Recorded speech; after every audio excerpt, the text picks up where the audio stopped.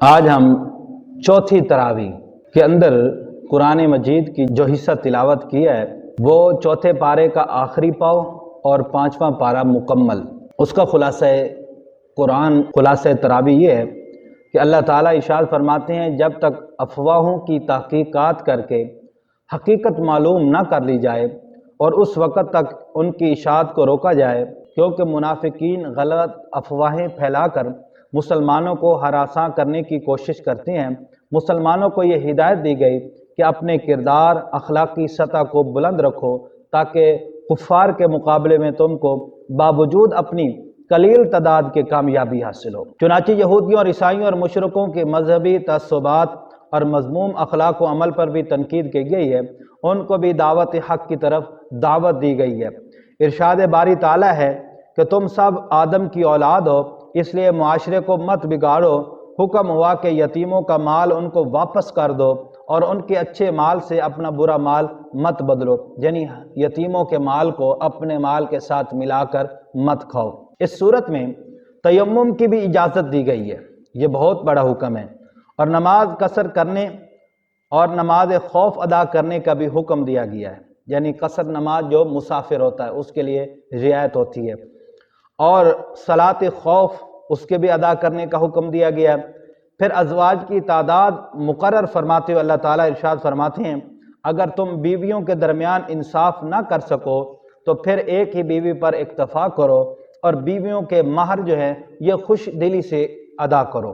آج لوگ مہر کو ادا نہیں کرتے، اس کے بارے میں ان کو سوچنا چاہیے۔ ترکے میں مرد اور عورت کے حصے بھی مقرر فرمائے اور قرض کی ادائیگی کو مقدم ٹھہرایا، یعنی قرض کو پہلے ادا کرو، اس کے بعد اپنے ترکے کے اندر ترکے کو تقسیم کرو۔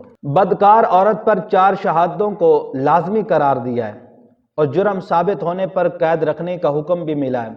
بدکار مرد کے لیے سخت سزا کا حکم ہوا ہے، البتہ توبہ کی بھی تاکید فرمائی گئی ہے۔ ہاں، آخری وقت کی توبہ یہ قابل قبول نہیں ہے۔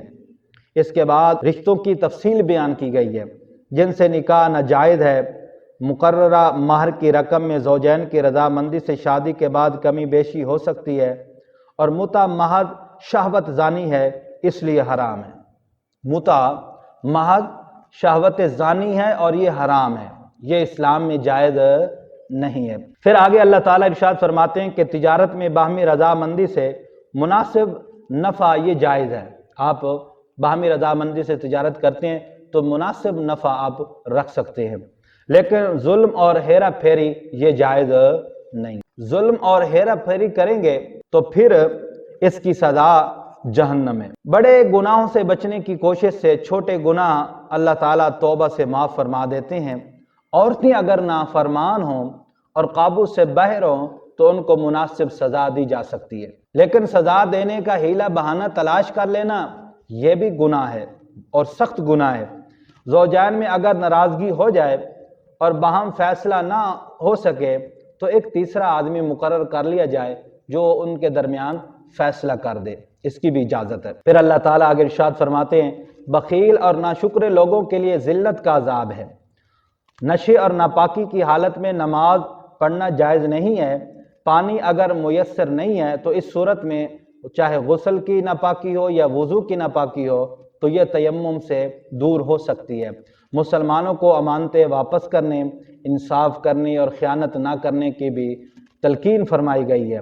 آگے اللہ تعالیٰ ارشاد فرماتے ہیں کہ جہاد کا حکم ہے، اور جو آدمی شہادت کا مرتبہ پا لیتا ہے اور یہ مرتبہ بہت بلند اور اعلیٰ ہے، مسلمانوں کے لیے موت سے ڈرنا یہ بزدلی قرار دی گئی ہے۔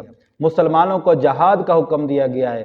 گواہی سیدھے اور صاف الفاظ میں دینا چاہیے، درمیان میں بیچ دار گواہی ناجائز ہے، یہاں تک کہ اگر سچی گواہی کے مضر اثرات تمہاری ذات پر یا رشتہ داروں پر بھی پڑتے ہیں تب بھی آپ نے سچی گواہی دینی ہے، جھوٹی گواہی نہیں دینی۔ آخر میں اللہ تعالیٰ ارشاد فرماتے ہیں کہ شرک کو تو ہرگز معاف نہیں کیا جائے گا۔ ان اللہ لا یغفر ان یشرک، شرک کو تو ہرگز معاف نہیں کیا جائے گا۔ ہاں، اس کے علاوہ اور کوئی لغزشات ہیں، گناہ ہیں تو اللہ تعالیٰ اپنی رحمت سے معاف فرما سکتا ہے، لیکن شرک کی معافی نہیں ہوگی۔